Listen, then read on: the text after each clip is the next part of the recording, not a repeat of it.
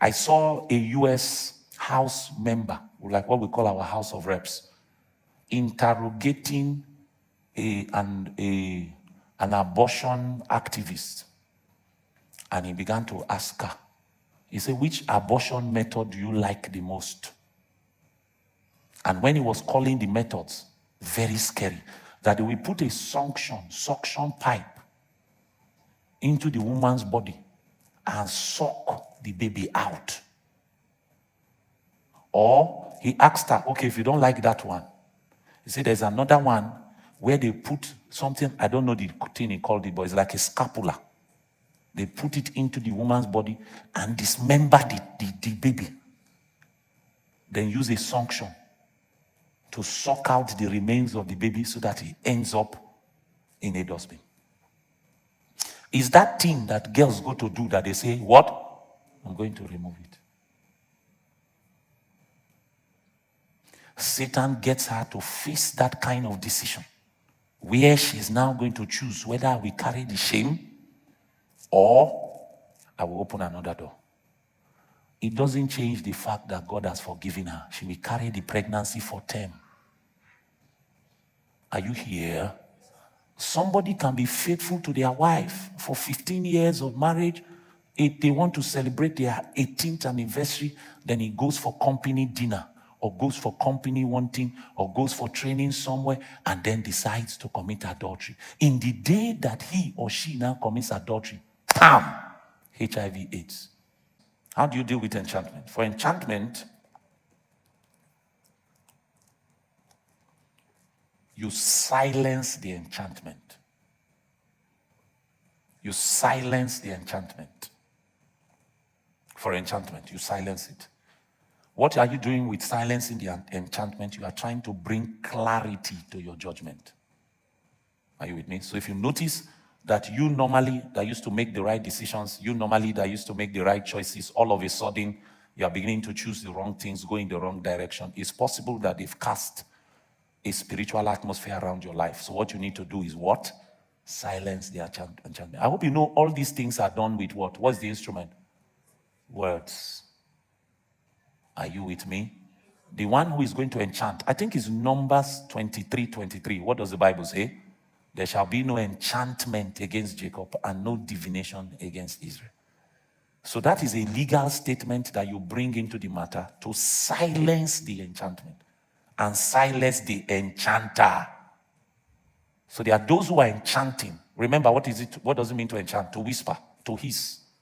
All right? These are demonic whispers that are spoken into the environment. So you command the one that is conjuring the enchantment to become what? Silent. Are you with me? So you silence it. You silence the enchantment and you silence the demonic environment. What do you do with the divination? You blind the diviner. Are you with me? For enchantment, you silence. For divination, you blind the diviner. You blind the diviner. You blind the diviner and you command darkness to come or spiritual secrecy to be initiated around your life so that the matters that they are trying to look into, they will no longer have access to see it. What do you do with a spell? What do you think you do with a spell? What do you do with a spell? You break it. That's right. That person is following. Who said that? Who was that? Okay, yes. You break spells. You break spells. You break the spell. Then what do you do with a curse? You annul it. You annul curses because it's a negative legal verdict. So you also have to annul the verdict that has been secured against you. So what happens is that Satan too is trying to secure a verdict against you. Remember, I said to us that Satan's court access has been withdrawn. Remember we said that last week? So he's not a legitimate member of court. But he wants to be able to afflict. He wants to be able to oppress. He wants to be able to accuse. He wants to be able to destroy. But he cannot destroy. So what does he do? He gets the person to break God's law. Then he takes that as a legal position and goes to secure a verdict in court. that this individual who claims to love you is still engaging in adultery. And adultery is a serious spiritual breach in the realm of the spirit. God does not joke with the marriage covenant. He doesn't. God hates adultery. God hates divorce. God hates it. So he gets the person to create that breach, then he secures a legal verdict. And you see, you will come and genuinely cry to God for mercy. And God will genuinely forgive you. In some cases, the forgiveness does not mean the end of the consequence. Are you with me? The forgiveness simply means restoration of fellowship. It means that if you die at that time, you will still make it to heaven. It doesn't mean that, in some cases, it doesn't mean that the consequence of what you have done will now be withdrawn. The consequence will run its natural course. Are you with me? So, for instance, a lady goes to fornicate and then she gets pregnant. And then she comes and says to the Lord, have mercy, I have sinned. And God says, my daughter, I have forgiven you. The belly will still grow. Are you with me? 9 months will still be complete. In that 9 months, Satan is going to try to tempt her to commit another sin, to break another law, so that he can institutionalize a perpetual captivity. So she will be faced with the decision of, do I bear the shame or do I go and remove it? You know, remove it sounds very nice. So what are you going to do? I'm going to remove it. Meanwhile, what the person is going to do is going to commit murder. I saw a U.S. House member, like what we call our House of Reps, interrogating an abortion activist. And he began to ask her, he said, which abortion method do you like the most? And when he was calling the methods, very scary, that they will put a suction pipe into the woman's body and suck the baby out. Or he asked her, okay, if you don't like that one, he said there's another one where they put something, I don't know the thing he called it, but it's like a scapula. They put it into the woman's body and dismember the baby. Then use a suction to suck out the remains of the baby so that it ends up in a dustbin. Is that thing that girls go to do that they say, what? I'm going to remove it. Satan gets her to face that kind of decision where she's now going to choose whether we carry the shame or I will open another door. It doesn't change the fact that God has forgiven her. She will carry the pregnancy for 10. Are you here? Somebody can be faithful to their wife for 15 years of marriage. If they want to celebrate their 18th anniversary, then he goes for company dinner, or goes for company one thing, or goes for training somewhere, and then decides to commit adultery. In the day that he or she now commits adultery, bam! HIV/AIDS. Are you with me? Then the person comes and says, Lord, I'm sorry. God says, my daughter, my son, I forgive you. The HIV. It will be maturing with muscles, looking robust, with cheeks. If you check that person's HIV under microscope, it will have plumpy cheeks. Nothing kills it. It doesn't die. That is not a sign that the person has not been forgiven. Are you with me? That's why John the Beloved said that there is a sin that leads unto death. And in that discussion, John was talking about the potency of prayer. That was the emphasis there. That if the matter is a sin that leads to death, don't pray again. Because a finality has already been established. Are you still here?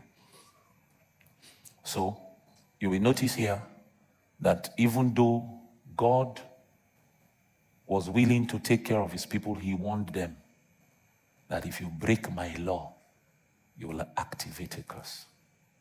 It's the same thing. If you keep his laws, you will activate what? A blessing. If you're still here, say amen. So, how does Satan initiate corruption? Whether it's in the man, whether it's in the bloodline, whether it's in the seed, or whether it's in the gate of marriage, how does he initiate corruption? Number one thing, or just write this. The major gate for corruption is sin. Sin. The major gate for corruption is what? Sin. Sin. But by the time we study scripture, we'll find out that this sin is broken down into various, there's disobedience, there are all kinds of stuff, but you will find out that the ones that Satan takes advantage of are in three categories. There is iniquity, there is trespass, and there is rebellion. How many are there? What's the first one? What's the second one? What's the third one? Rebellion. So let's take definitions, then we look at scriptures. Are you still here?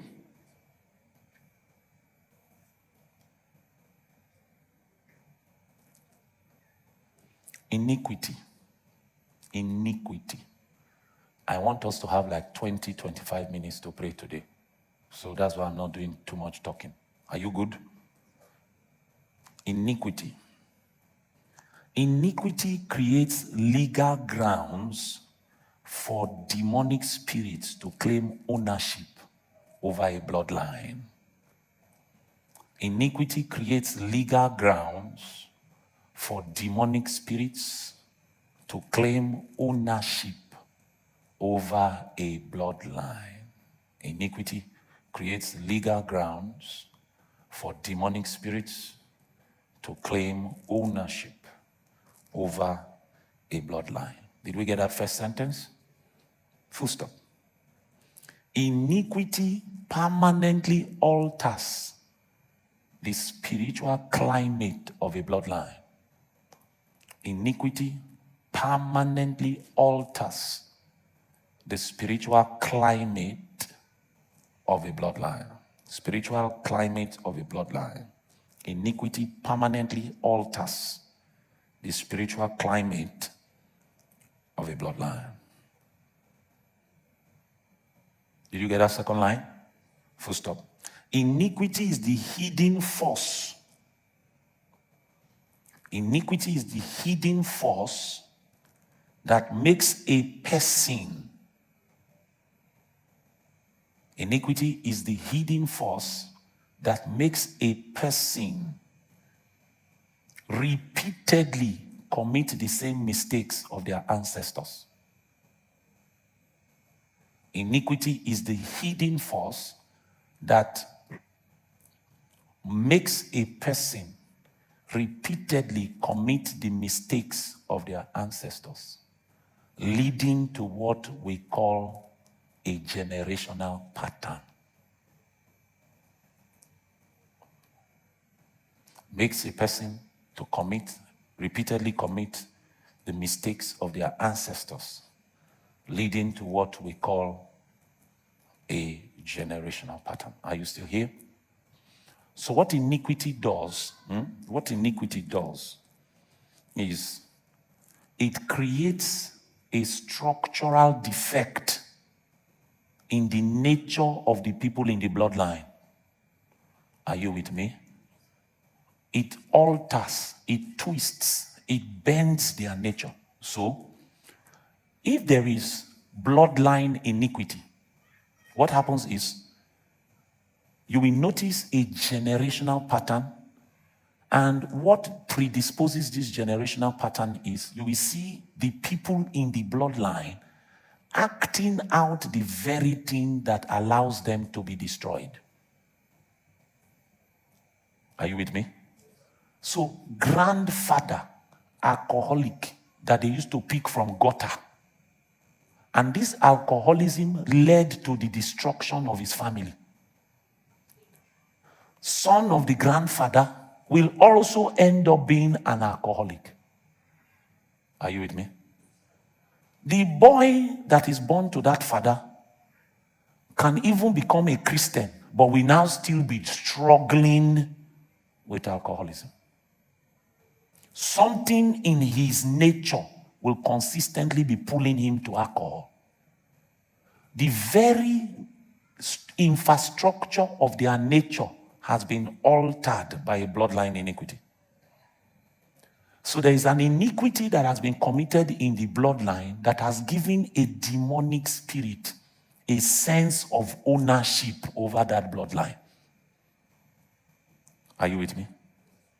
So the primary way that Satan corrupts bloodline is to lead a prominent member in that bloodline to commit what?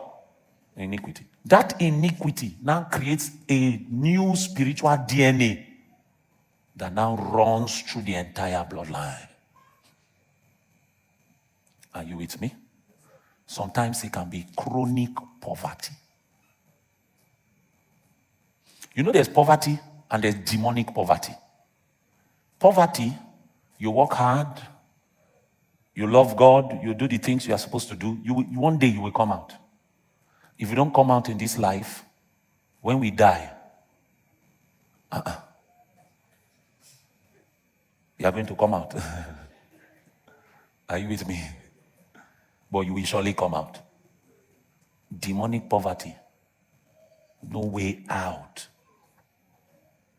Those are the kind of things that you see that the more you are working hard, the more you are doing everything, the more it seems as if everything is getting worse. In fact, in some bloodlines, that you dare to introduce Jesus into the matter, the thing will become worse. Have you experienced that? No, you may not have experienced. But I've seen this thing in counseling. People will say things like, when I'm not praying for my family, everything will be okay. But the minute I start interceding for my family, it's as if Satan just brought out one rod. I say, you want to come out? You go die. And when I say everything will be okay, it's not as if they are prospering. No. They'll just be living, no pressing, no demonic, whatever. But the minute they get up and say, this month, I want to pray for my family, it's as if their room becomes a portal for demons. There's a legality that Satan is saying, don't touch this matter. When it was settled, you were not even born. You can't be creative. Just align with the suffering of your ancestors and die. Are you with me? That's bloodline iniquity. Number 2. Trespass.